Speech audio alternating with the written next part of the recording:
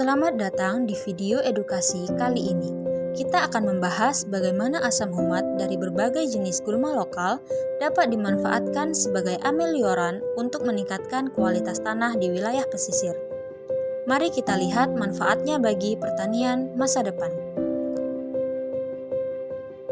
Pada kesempatan ini, kami akan menyampaikan hasil penelitian yang berjudul Uji Amelioran dari Humifikasi Berbagai Jenis Gulma Lokal untuk Peningkatan Kualitas Tanah di Wilayah Pesisir. Penelitian merupakan skema penelitian fundamental tahun 2024. Kami dari Universitas Bengkulu, tim peneliti terdiri dari Profesor Zainal Muktamar sebagai ketua, Profesor Nani Setiawati sebagai anggota pertama, dan Kartika Utami SPMSC sebagai anggota kedua.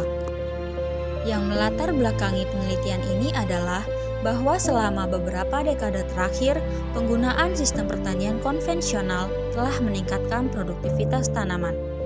Dalam jangka panjang, penggunaan pupuk dan pestisida sintetik telah menyebabkan penurunan kualitas tanah. Berbagai penelitian menunjukkan bahwa kualitas tanah terus mengalami penurunan kesuburan tanah yang ditandai dengan penurunan pH, pengurasan karbon, serta peningkatan kejenuhan aluminium dalam tanah. Pemberian bahan organik dipercaya dapat memperbaiki kualitas tanah. Gulma yang seringkali menurunkan produktivitas tanaman dapat bermanfaat sebagai bahan dasar pembuatan kompos. Gulma banyak ditemukan di berbagai penggunaan lahan di wilayah pesisir seperti perkebunan karet dan kelapa sawit serta persawahan.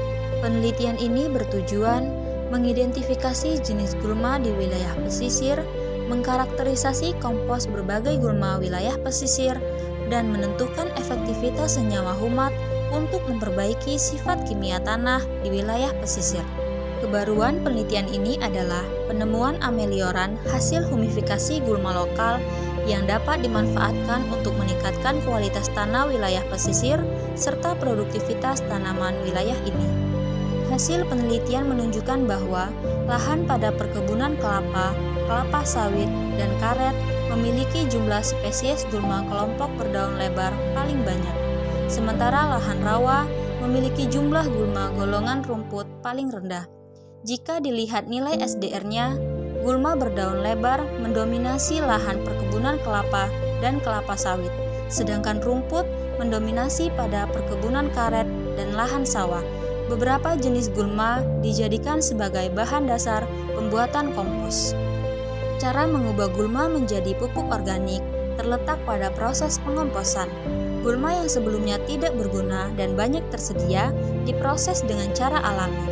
Dicacah, dicampur dengan bahan organik lain, dan dibiarkan terurai secara perlahan. Proses ini membutuhkan waktu, kesabaran, dan perhatian terhadap detail. Setelah 6 minggu, gulma yang tadinya dianggap tumbuhan pengganggu kini berubah menjadi kompos yang kaya nutrisi. Kompos ini mengandung nitrogen, fosfor, dan kalium sebagai nutrisi yang sangat dibutuhkan tanaman untuk tumbuh subur. Kompos berbagai gulma memiliki kadar unsur hara yang berbeda.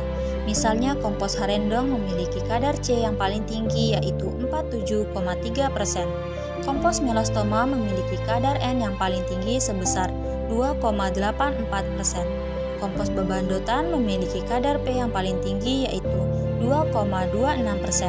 Sedangkan kompos wedelia memiliki kadar K tertinggi sebesar 5,01%. Kompos juga mengandung unsur mikro yang tersedia bagi tanaman. Kadar Fe tertinggi didapat pada kompos wedelia sebesar 4.532 ppm. Kompos bebandotan mengandung kadar Cu tertinggi sebesar 38,24 ppm. Kadar Zn tertinggi terdapat pada kompos bebandotan yaitu sebesar 304,2 ppm. Dan kadar Mn tertinggi dimiliki oleh kompos melastoma sebesar 1720 ppm. Semua kompos memenuhi standar nasional Indonesia. Fraksionasi asam humat dari kompos gulma mampu meningkatkan sifat kimia tanah. Asam humat yang berasal dari kompos rumput setawar mampu meningkatkan kadar C organik tanah sampai dengan 4,34%. Kadar N total tanah meningkat mencapai 0,37% pada perlakuan asam humat dari kompos bebandotan. Sedangkan asam humat dari kompos rumput setawar mampu meningkatkan kapasitas tukar kation menjadi 29,89 cm per kilogram. Peningkatan dosis asam humat sampai dengan dosis 4 gram per kilogram terus meningkatkan kadar C organik, N total, P tersedia tanah, dan kapasitas tukar kation. Namun demikian, perlakuan asam humat dapat menurunkan pH tanah.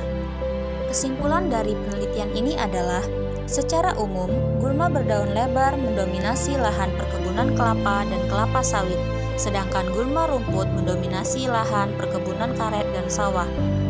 Kadar N tertinggi terdapat pada kompos melastoma, sementara kadar P tertinggi pada kompos bebandotan dan K tertinggi pada kompos wedelia. Semua kompos dari berbagai jenis gulma memenuhi standar nasional Indonesia. Asam humat dari kompos berbagai gulma mampu meningkatkan kadar unsur C, P, N, dan KTK, namun menurunkan pH tanah.